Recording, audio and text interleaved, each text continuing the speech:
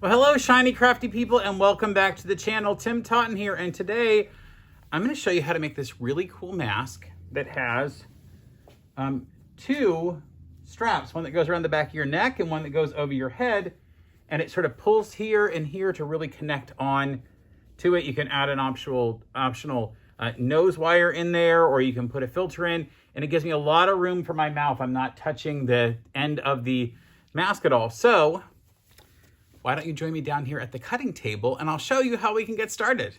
All right, so we need a couple of things for this. I'm gonna need some type of fabric. I'm gonna use this cute fish fabric here, and I'm gonna need a different piece of fabric. This is the piece I'm gonna cut here is a relatively square, about, for my face, 6.5 by 7.5 inches, and then we'll need a couple of 9-inch or 9.5-inch strips of this blue by 1.5. So two of those.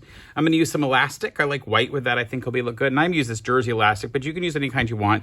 And then I'm gonna add some toggles to the back of it so that I can make this adjustable for whoever gets this mask later. Of course, I'll use some pins or some clips. I'll need some kind of a cutting grid, pair of scissors. I like to use a rotary cutter. And then someone sent me these really cool, this is a purple thing, even though it's orange, right? But it's made by a company, Purple Things. And somebody sent me 5 of these, and it came without a return address, which is really weird. So I don't know who sent them to me, but thank you, thank you, thank you. It's one of my subscribers, I would assume. I appreciate having these. I'm gonna show you how we're gonna turn with this, and you can actually pull elastic through. Oh, just lost it. And yeah, I thought orange would look good with everything I'm using. And I will need an iron, so I'm gonna use my really nice iron here. And I have a wool ironing mat over here. So let's go ahead and get started with what we need. We're gonna cut 2 pieces of this fish fabric, and I'm gonna cut them, like I said, 7.5 by 6.5. So here's the best plan. You can just go down in size based upon how big a face you have. So if you have an extra large face like I do, 7.5 by 6.5. If you have a large face, maybe you go down by 6 by 7. Then go down another 1/2 inch to 5.5 by 6.5 for even smaller, and that'll work out really well.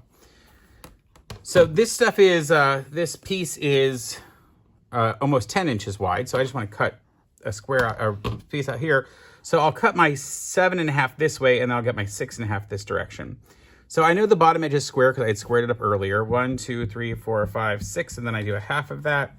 You can figure out whatever it takes for you to get a square cut out of this. Almost square, rectangle. So I've cut that off there, right? And then I'm gonna take this fabric out of the way, and now I'm gonna cut it the other way, and I want 7.5. So I could actually put this cutter here and go to 7.5 on my cutting mat.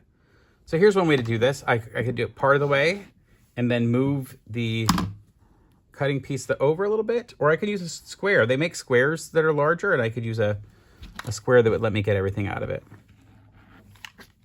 All right, so I have my 2 rectangles that are 6.5 by 7.5. And there's 2 of those because I had the fabric folded in half. So I have 2 pieces of those cute fish. All right, we'll set that aside. Now I need a 9-inch by 1.5-inch piece of this material. Now this is already a 2-inch wide strip, but it's doubled over, so it's really a 4-inch strip. I'm gonna iron it real quick just to get any wrinkles out of it. And then I'll bring it back over. And I need a 9-inch piece, and then I'll cut a 1.5-inch strip out of it. So I am going to use my cutter here, my rotary cutter, and I'm gonna go past 9 inches this way. You see how I put it past, and I'm gonna use the line to go right along the edge so I make sure I get a nice straight cut down here. I've gone past 9 because I'll trim this side later. I'll start on this side here, that's trimmed. Now I'll turn it around. Go find my 9 inches, my exact 9 inches now, and put that right along the edge. And again, line up a straight edge along this side as well. So now I have 9, and when I cut off this end, now we have a 9-inch piece. Now this is folded over, and I have 2 correct edges here. So if I take my ruler and put it along the edge here at 1.5, so 1 inch and then 1/2 inch, I can then go in and cut off, move that fabric away. And now I have 2 9 by 1.5-inch strips. All right, so what's gonna happen with those is those will be stitched here on the ends, right? We'll do one here centered. We'll do the other one at the other end. And then they'll turn the corner and do the same thing with this other side. I think we need to go over to the sewing machine and find what we need to do next. So here at the machine, I'm gonna do a couple of details with our fabrics. I'm gonna find the centers of each of these pieces of fabric. And there's a couple ways to do that. I can just fold it in half.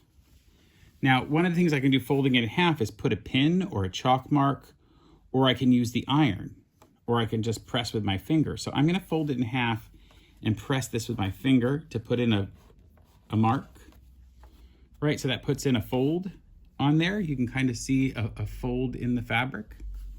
I'll do that with both of those, and I'm gonna fold those outward. In other words, I'll fold wrong sides together so that I get that fold going out, what they call in origami a mountain fold, because it's going peeking up on the pretty side of the fabric. And then on these, I will do the same folds, but I'll do them with the right sides of fabric together, so that when I get those together, there'll be a valley fold on the right side of the fabric. See how that goes? Now these aren't as easy to see. That fold is not as easy to do, but so what I might do instead is just mark that with a pin. And you could of course use some nice chalk fabric would do it for, a chalk pencil would do the same thing for you. Again, I folded that and I'll just use a pin to put a mark in there. And it's important that we center these along. So I open that up and I'll do the same thing on the other one really quick. So while I'm putting this together, actually, this mask, I was trying to design a new style of mask. And my friend said to me, can you design one that looks kind of like a pierogi? Well, that's actually kind of hard to do because my last mask kind of looked a little bit like that. But she wanted me to because she said, you know, my mom watches all of your videos. So Pat in Cleveland area, Jen said to me that I needed to find something that would honor your Polish roots and that could give you, to remind you of a pierogi. And I'm not even saying it correctly because she says it beautifully and I'm sure you say it really well. So I'm sorry that this isn't exactly a pierogi, but I still wanted to give you a shout out. So hopefully you'll see this video right before I'm gonna be on video chat with you and your daughter. You know, it's a lot of fun is, I do a lot of really fun things. And Pat, you'll know this, everybody else will tell me about it. I put on an event called the Amazing Race for Charity in my town, and it came after the inspiration from an event in Ohio, in Loveland, Ohio, called Loveland's Amazing Race. And that's where I met Jen and Greg, and they have become super amazing close friends. And I'm just really glad that I get to meet Pat through the same way. So, hey, Pat, this one is dedicated to you. And who knows, I might send you a mask that, maybe not the fish one, but something that honors your Polish roots. I have it in mind. So, all right, let's go back down to the sewing machine and I'll show you where we're going to go from here. So I finished putting the pins in those. And what I'm going to do is take one of them and place the right side of that blue piece down to where the center fold that I found there matches that pin. And if I had some clips, I could clip this on, or I'm going to pin it. I like pinning, and I know I've heard several people tell me that the pins are not good for, they're not good for the efficacy of the mask. These are going up past where you're going to be breathing through, so I'm not as worried about it. And frankly, I'm just not as worried because I wear this mask so that I don't spit on other people, not necessarily to filter a bunch of air. So it's not as big of a concern for me. I'm going to use a 1/4 inch seam allowance and stitch all the way down this. And I just started past where it's going. We're going to be stitching again anyway. And so it won't matter where you go on that. And I'm just pulling my pins out as I go. It is not good for your machine to stitch over pins, even though I've done it way too many times. All right, I'm going to do the same thing along the bottom. So I'll turn this around and put that other piece. And I'm going to cover my hand a little bit. Now, if you've been following me, you'll remember that maybe that I had a really bad accident a couple of weeks ago. And in fact, I dropped a grocery store shelving on my hand. And you may notice that I still have the scars here and some swelling because it's still not perfect. But I am doing a lot better. So that was about 2 or so weeks ago. I I am improving. I have to go to a hand doctor soon to make sure that my hand is getting as better as it's supposed to. All right, so those two are done. And the next thing we're gonna do is place the other one, and we're gonna match the direction of the fabric. So you see here that the fish are facing up. So we need to put the other fish, we don't want them to look dead, we want to do them in the same direction. This would be important if you were doing two different fabrics and you wanted to make a reversible mask, which is completely possible with this. It just might look a little weird reversed. So I'll open that up and I'll do the same thing. I'll find the center here, line it up, maybe transfer my pins or add some more pins. And sometimes I don't pin everything, but I might just pin the start. So I'll do that. And again, I'm starting off of it using just a standard 1/4" seam allowance. It's the width of the presser foot. Now, those of you who watch a lot of my videos will probably think, he tells us this in every video. And I do, because I know there are some times that you're going to be watching, that someone who's watching has never seen me before. And I want to make sure they actually get a chance to know all of the details. So again, I'm going to find the center of that at the top. Now, this is definitely inspired by other mask designs, but this one actually I've never seen anywhere else. So I created this one. And so if you do make this one and you want to make a comment on the Facebook or on the YouTube channel, but also we have a Facebook group for Shiny Crafty People. And it'll be linked in the description of this video. You're welcome to come join us and share your creations. We'd love to see what you're making. And so you'll notice how they've now created the pace goes like sort of like this. You can sort of see one going one way. Now we're going to iron it in a particular way to get all of this opened up. We need to open these on both sides. So let's go over the iron and I'll show you how that's going to work. All right, so I put this piece together and it naturally wants to sort of fall in this direction, but if we ironed this, it wouldn't iron this open flat. So I'm going to grab the entire thing and sort of wedge it open this way. And it's going to want to push this fabric toward the middle, but we really need to open those out.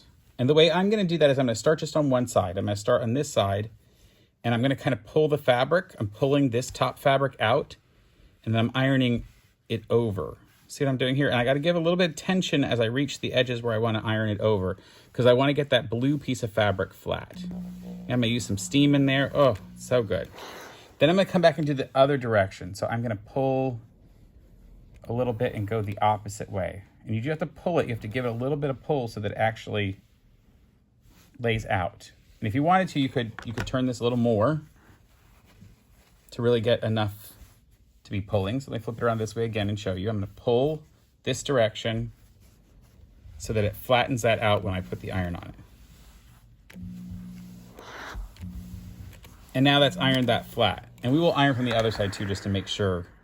Okay, we're gonna do the same thing on this one. Again, pulling this way and pushing. See how I'm pushing that out with my iron? This iron has a cute little tip on it, so I can do that. Now don't worry that's flattening the other side the wrong way. We're gonna go fix that in a moment. So the iron is holding down this side of the fabric, and then I'm pulling that side of the fabric so it stretches. You see how it's doing that? It's stretching that seam a little bit. Now you don't want to overstretch it. You're not trying to stretch the fabric out. Now back this way again, do the other side. You got to keep this one down, this side down, and then press it out. Oh, yes. Very satisfying when this works. Lots of steam. I'm just hitting this with steam. The other side's still laid out flat, perfect. And then I can, if I want to, I could turn the whole thing inside out and just make sure it's been pressed from the other side, but I don't see any puckering or anything. So I've got to keep sewing from the other side. So I want to go ahead and put it back together. So now we're this way. The next thing we need to do is go ahead and flatten it so that the blue is at the top and the bottom and they line up. See it? See how I'm lining up this top and the bottom to make sure that it lines up.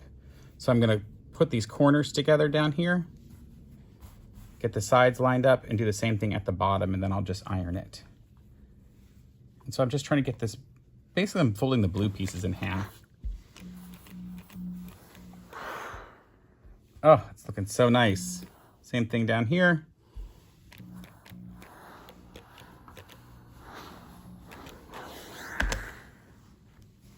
Make sure there's not too much sticking over. All right, our next step is elastic. So for my head, I cut these pieces of elastic 15 inches. And that's because I want to be able to add those toggles like I did here. I want to be able to add the toggles and just adjust it. So depending upon how big your head is, you might do smaller. So I say for a large one, you need about a 15 inch. I think you probably could get down to 13 for a large. So extra large, you would need 15, then 13, then 11, that kind of way. So I'm going to cut this 15 inches long, and I just use my measuring table. This grid is actually, this is a self-healing mat, which is very nice. And it allows me to cut right on the mat. I get them from a company called Speed Press. We get big ones. We do big, huge pieces at a time. So we do 12-foot long tables. So now what I'm going to do is I'm going to put this elastic inside here. And I'm going to open up, put my elastic on the inside and feed it through to the other, right? And I want to make sure it stays nice and flat in there. So I'll just touch it and make sure that it's going down properly, nice and flat. I can also peek in and look. It's twisted in there, so I don't want it to be twisted when it goes on my head. All right. And then I'm gonna put the elastic down in this corner, all the way to where it's folded. And I'll use some pins when I decide to put it together. So I'll take this elastic, flat, right? And open up this edge and put it right down in that edge. And if you want to leave it out just a little bit so you can see it, that's fine too. And then I'll pull it through the other side to make sure it's just flat in there. All right, it's in there now. Fold those blue pieces back together. And then I'm going to put a pin to hold it. This would be a great place to use some of those Wonder clips because you could just clip on the outside here. And on this side, I'll do the same thing, but I'm going to have to push a lot of this elastic back inside. So I'll just make sure I know how I want it to be flat, like that, and I'll just flip the rest of it back inside. And then I'm going to come out to that point and fold that in half over top. Make sure it stays out of any of the edges because the edges are where we're going to stitch. And then I'll put another pin in that to hold it steady. Let me show you the other side a different way. So I'll show it from this side. I'm going to lay my elastic by opening up here. Lay it in there nice and flat. All the way through the other side. All right. Hold it out the way I like it. I'm going to bring it back down to where it fits right in there. See what I've done? I've let it slide all the way through. Bring it all the way. I'm just pulling it with my hand over here until it stops right at the end. Put a pin in it. And then what I can do is reach my hand inside from this way and start pulling the elastic back out the other way and holding this hand to keep it guided. Just stop right till it gets to the end there. Oh, so good. Put a pin in it. Yeah. So now that elastic is tucked away from all of the edges. And what I'm going to do now is I'm going to sew down here, in, all the way down to enclose that side. I'll do the same on this side, but I'm going to leave an opening so I can turn the entire thing. So let's go over to the sewing machine and I'll show that to you. Right, I'm going to be aware that I have pins in this thing, so I'm not going to run over those. And I'm going to make sure that I really back over my elastic several times. Now, I will tell you, if we're worried about the elastic fraying over time, you can easily extend these a little longer on the 1.5 inch wide fabric that we use and make a casing that can go through. And now I'm just making sure that I'm using a 1/4 inch seam allowance down the side. Now you notice I didn't have to worry about the pin because in fact the pin is way out here. Now here's a nice part about having stitched a 1/4 inch. I know exactly where to stop because there is a 1/4 inch line on there. So I know exactly how far to go. And then I'm going to sew to the end of this and just make sure my fabric is laid out correctly. In fact, I'm going to take it out because I think the fabric is having a problem here. See what happened on the back? It had folded up. So I want to make sure that fabric stays down. I could see that as I was going. And I'll start back again just on the same line. Turn, go to within a 1/4 inch of the end, turn it again, and remember I have elastic in there, so I'm going to give it a little extra stitch. All right, now I'm gonna go to the other side, but remember, I'm leaving an opening so that I don't, so that I can turn this thing inside out. Now you certainly could, it would be harder to do, but you can make these strips wider. You can make them 2 inches wide, or use 2 1-inch strips and then leave your opening along the top. But that's something different. I'll show you in a minute. I mean, I'm not actually, I won't show you that in a minute because I don't want to actually do it. But you can figure that out if you're a more experienced sewer. Now remember, I just skipped that entire part. And again, I'm making sure that both of my fabrics are facing toward the fish. Go just to that line and turn.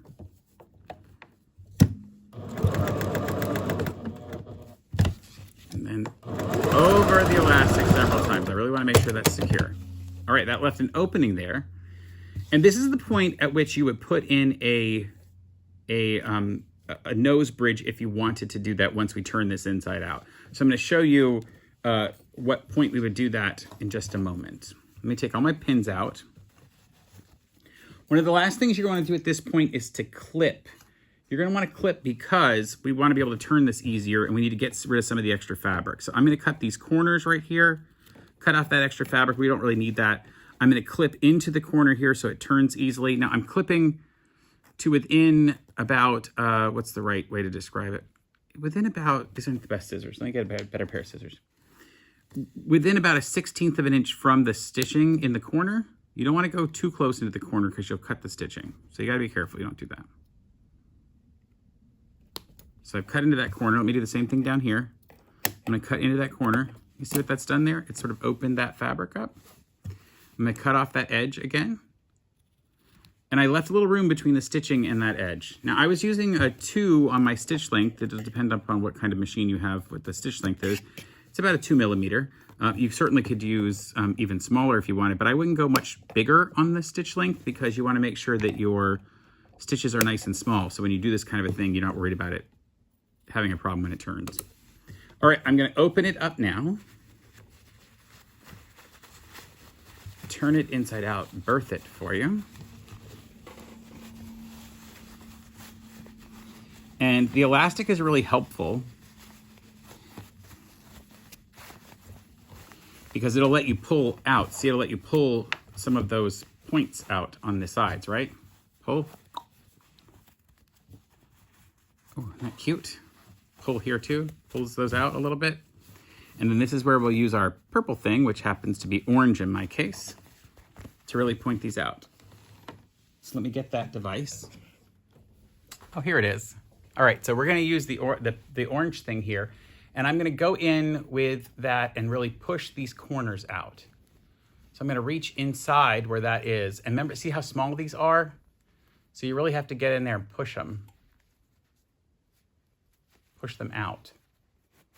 Same thing over the others. Now I have to kind of work my hand in there and scrunch this up to get over there. And it was really helpful to have that elastic in there to help pull it out. So same thing down at the other end. I'm working my way over there. You can kind of see my point working its way over there. Now this has a pointy end and a flat end. So you can just decide which one you want to use. I'm not pushing real hard, so I'm okay using the pointy end. And again, working that. All right, now I want to press it nice and flat. Look at that. Okay, so we've got it all opened up. Now you don't have to worry about the hole that you went through, because in fact, we're gonna be stitching that closed later. I'm gonna get all of the elastic out of the way because I don't want to iron over my elastic, even though the jersey elastic isn't that much of a problem. I just don't really want to iron over it. I don't want to mess it up. And I'll just make sure I don't get too much. I'm gonna flatten these seams out here and use my iron and just press this out, flatten it out. You'll see where we clipped. It was really helpful that we clipped in there because it's allowing us to really iron this nice and straight. It let those turn really nicely. You see here where it let them turn really nicely. So let me get my iron back on here.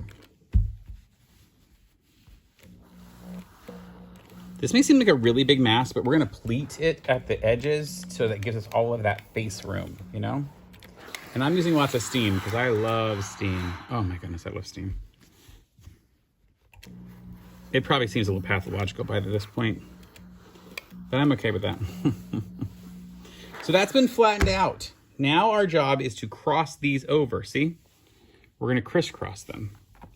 So I'm going to lift up. See what I'm doing here? I'm gonna lift this up and leave all the rest of that fabric underneath. And I'm gonna fold it over at a 90-degree angle where those 2 points meet up. See right here? Where those two points are gonna meet up. Get them right on top of each other. And they're barely gonna cross. There's not gonna be much fabric crossing.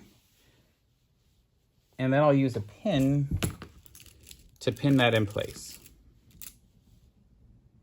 Again, if you use clips, that's great because it's gonna really work really well to have clips on that. So that's done on that side. And then we do the same way on the other side. So just make sure you're doing both the same. Okay, on this side, cross that over, get those points together. Cross them, make sure they're at 90 degrees crossed. Right, get those points right into each other. You see it's gonna create a little X shape there. So we put the pin in that to hold it. Oh, look at that, isn't that great? And so then on the back side, we're gonna have all this fabric sticking out. Let me show you what that looks like. See, we have all this fabric sort of sticking out of this. And we gotta figure out how to flatten it out. There's so much of it, look at this. Look at all this fabric. So what I do is I get it to fold over and flatten it by putting the two pieces together like this. See how I'm putting the two together? And figuring out where I want those pieces to end right at the corner because I don't want it to go too far over. And the same thing over here. Now it means you're gonna get a little bit of a fold in there, which is okay on the other side, but I don't really want it to go over. Now the other option is you could do several pleats. You could pleat it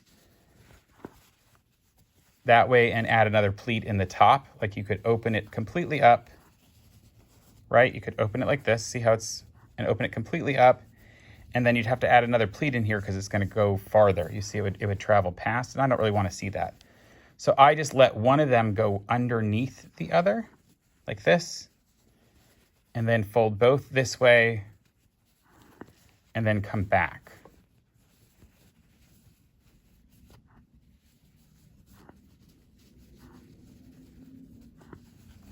Then it goes just right to the edges, see here? Right to those edges. And then I'm gonna put a couple pins in that so that they hold together right in those edges. Again, the clips would work really well here.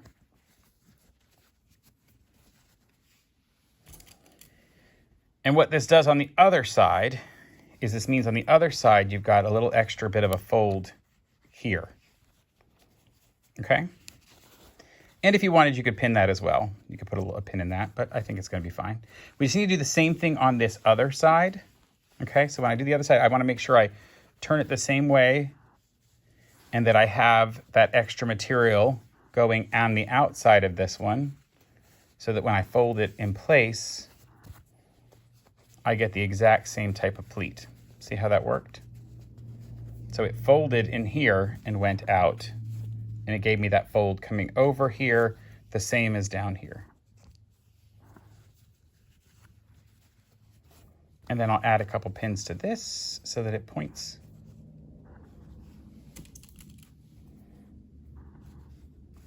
So this is kind of a variation on a 3D mask. It's just being done with these two straps pulling. And I did it this way because I like the idea of the straps, one strap coming from under your chin and going up over your head, and the other going from above your nose and going down the back of your neck.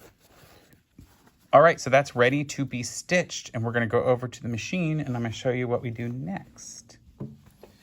So it's super important that we make sure we don't stitch over our elastics. I'm gonna be stitching along these lines here and then up and creating a triangle. So you'll see that on my actual finished piece that I created a bit of a triangle. Now this one had a little bit of a hole in the middle and I'm not a huge fan, which is why we've done this version.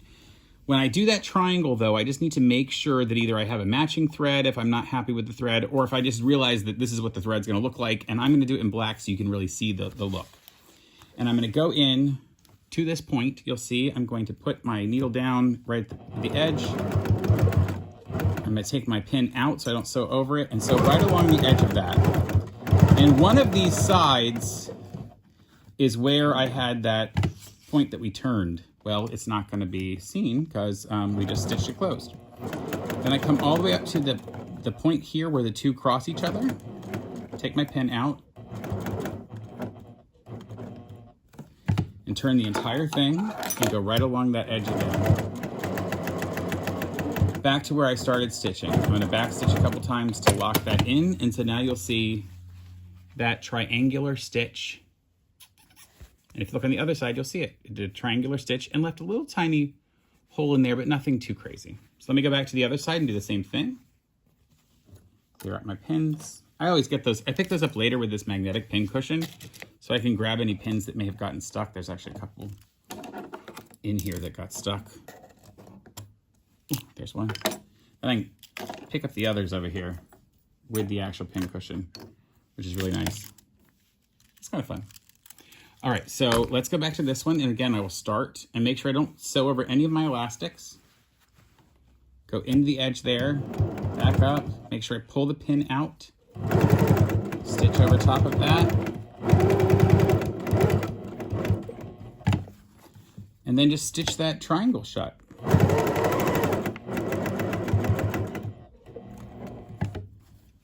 Pull that pin out and stitch back to the point. Now you certainly could come in here and top stitch around the entire thing if you wanted to, but now basically our mask is almost finished. The actual mask part is finished, and it's time to do a little trimming and put on our toggles. So putting on the toggles is super easy, and in fact, I'll put on some white toggles for this one. Here I wanted to highlight the black and the little dog, so I added the black toggles. The toggles that I buy are linked in the description below. You don't have to use these, I just like them, and they're little silicone toggles. See those? And they come with this little, they call it an application tool. It's a bobby pin, really. I wasn't sure what that is because I don't ever use one. But what I'm gonna do is just hold this to where it's even, right? Like this. And I'll just find the end of one of these, the center, put my bobby pin thing through, squeeze it shut, and then put the silicone toggle down on that. So good. And I'll just grab the other one and do the same thing. Now, I will tell you, I try on these masks that I make my size, because even though I have somebody I give them to, I want to make sure they fit firsthand. And then I always wash them before I give them away. They're always laundered. So none of the masks that I make in the videos, if I'm not the one wearing all the time, then they don't go away unless they've been washed. Plus it makes sure that the fabrics don't bleed and whatever else. So there we go. We have that piranha looking sort of mask, and I'll show you how to put it on. So I just like to grab both of these and put it over the back of my head. And then you can tell when you're putting it on which one of these needs to go up, because it's the one that comes it's the one at the top, and then the other one goes down the back. Now I said I was going to show you when to put that nose wire in, and that would have been when we turned it inside out. We'd have added that nose wire in at that point. Sorry that I kind of forgot to tell you how to do that. But yeah, look at that. Looking pretty good. Oh, hey, it's Tim. Real quick, I just wanted to point out something that is lovely. This is what it looks like reversed. If you turn it inside out, this is what it would look like. Okay, back to what I was saying. All right, so the question is, what do I think of this mask? I always like to rate these for you, to tell you what I think about this particular mask. I have to tell you, in terms of comfort, I've only worn one for about an hour. I wore this one for about an hour after I made it, and it was pretty comfortable. I will say it felt extremely secure. So I really noticed that I was wearing it, but that's because the chin and the nose part really hold on when you've got that elastic pulled. And of course I could take out a little bit out of the elastic pull so it's not quite so hard on my head, I could adjust that. So in terms of the adjustability and the fact that it's on my face and it's really holding on, I say for comfort, because it's not hitting my mouth, it's like an 8 out of 10. I would call it 8 out of 10. I think I would really notice it after a while just because it really is on my face. But I have to tell you, if you're really concerned about making sure you're closed in, then, hey, it's going to do good. I'll rate that in a minute. So 8 out of 10 for comfort. In terms of ease to make, I don't think it's the easiest one I've ever made. In fact, you know, getting those pleats to go the right way, putting in these tiny little corner edges where you have to stitch very small. You have to be pretty precise with this one. So if you're not a regular sewer, then I'm thinking, you know, if you're new at this or you haven't sewn a lot, I would say maybe you should try an easier one first. I'm gonna give it a 7 out of 10 for difficulty to make. It's not easy, but I think it's fun. And then in terms of efficiency, I wanna tell you, it's got a good seal, and you can tell it's got a good seal around my face